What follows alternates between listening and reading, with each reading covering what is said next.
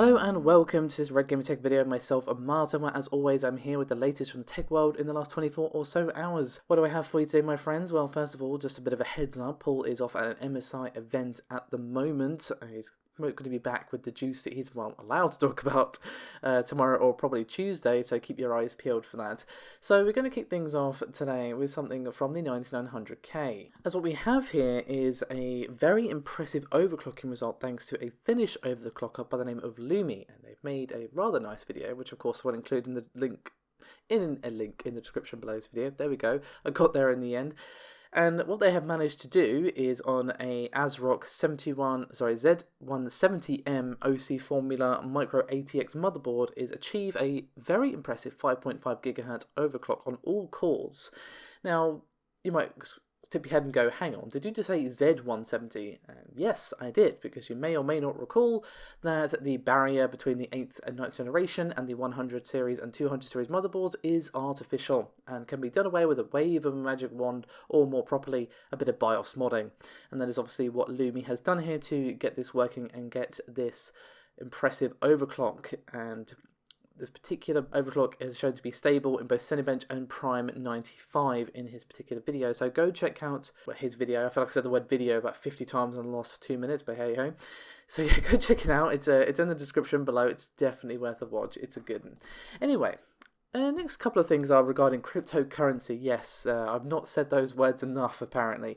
But our first entry from this is regarding, or from, should I say, ASUS. Now, obviously, it's no secret that the crypto mining bubble burst, and it has burst rather catastrophically, as well as the crypto market has fallen about 80% since the very peak of last year, and it's obviously been quite tough for everyone involved. You know, Nvidia, AMD, they have obviously felt the burn of obviously that insane amount of GPUs. I'm sure you all remember all too well, so they have PTSD and flashbacks from it of how hard it was to get hold of a graphics card that wasn't 2 or even 3 times over its actual recommended price just due to the insane demand of crypto miners. But ASUS have some rather unfortunate timing here, as they have announced a partnership with blockchain technology provider Quantumcloud that is going to be basically encouraging you to use your idle GPU to mine cryptocurrency. Now, I'm going to come out with you here. That's something that's not exactly an insane revelation. I'm not some kind of super genius. This is kind of like a 1 + 1 = 2 kind of thing here. But I'm going to put good money on the fact that they probably had this going for quite some time in the works, and unfortunately, it's just ready now. It wasn't ready when, you know, crypto miners were basically rolling in cash like Scrooge McDuck. So it's a bit of poor timing on ASUS's part, but it's probably just this is when it was ready, or they're hoping to revive the whole cryptocurrency thing, or maybe a mix of both.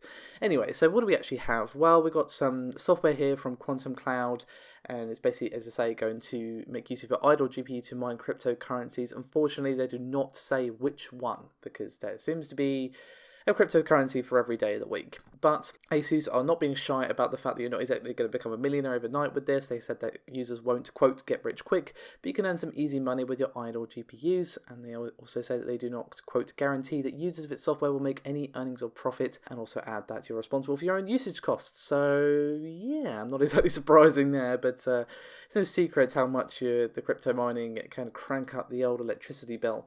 So yeah, a bit of poor timing on their part, but it probably is just this is when the thing was ready, because it does take quite a while to do this sort of stuff. So they probably planned it last year when it's like cryptocurrency just would keep growing and growing and growing. Obviously, it did eventually burst, as we all kind of expected it would. But that's not the only thing regarding crypto mining I have for you today, as we have something from Intel next.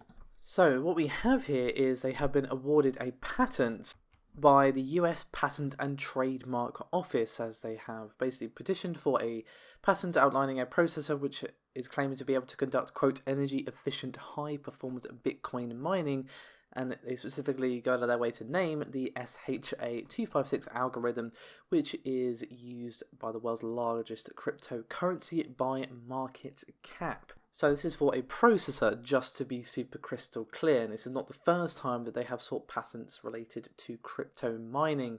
So in the patent, it does say that Bitcoin miners may be rewarded by receiving a block reward and transaction fees. I do have a bit of a statement here from the patent which reads, quote, dedicated Bitcoin mining ASICs are used to implement multiple SHA-256 engines that may deliver a performance of thousands of hashes per second while consuming power of greater than 200 watts. Embodiments of the present disclosure employ microarchitectural optimizations, including selective hardwiring, certain parameters in Bitcoin mining computations.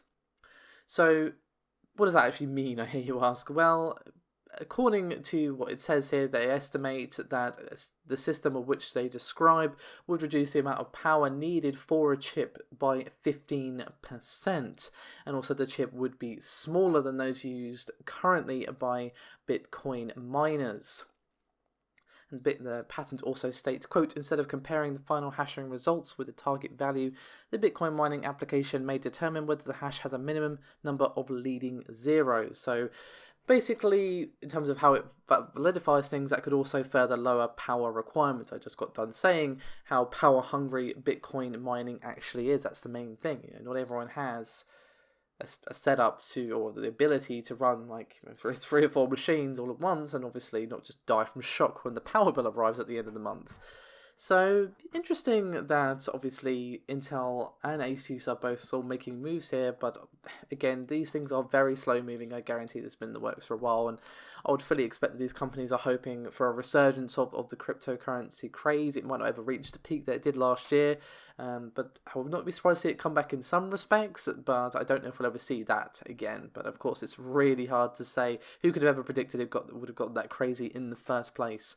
So let's move on, shall we, to the Apple and Qualcomm court case. Now, Apple and Qualcomm have basically been doing the legal equivalent of kicking each other in the shins for quite some time now, with, first of all, Apple originally suing Qualcomm for $1 billion for overcharging their modem patents, which Apple claims that Qualcomm can't charge royalties for, and then Apple countersued Apple, basically saying that they had stolen trade secrets from them and given them to Intel so they could switch modem suppliers, and it's just been a bit of a pissing contest really between the two of them, with claims over patent violations and battery and process technologies and all this sort of stuff. As I said, basically kicking each other in the shins. But it seems things have finally just gone completely and utterly sour, and there haven't been talks in months, according to the US District Court Judge Gonzalo Curiel. And he said, quote, the parties are going to need a trial. There haven't been talks in months. And according to a report by the San Diego Tribune, we're going to be seeing a new trial beginning on April the 15th, where all the major allegations are actually going to be brought forward.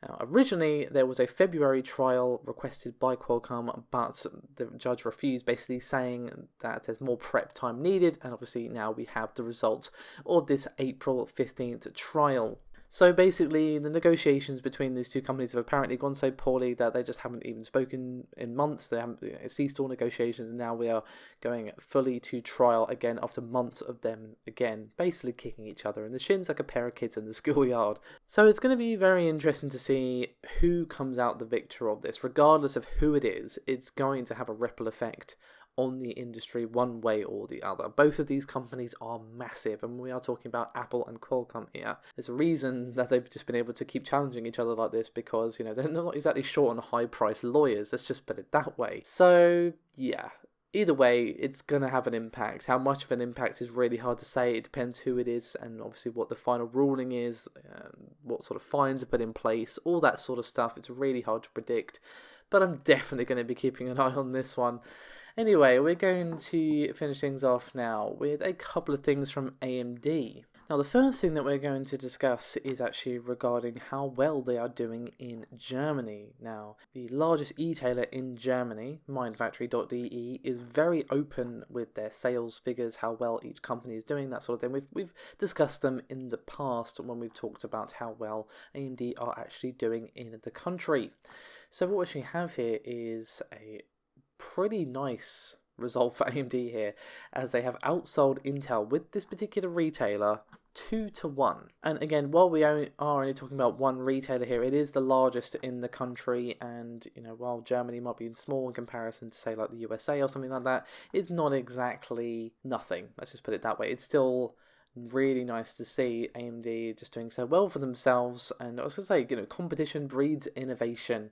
If this had been the opposite situation where AMD had been dominant for years and years and years and Intel were the underdog, I'd be saying exactly the same thing.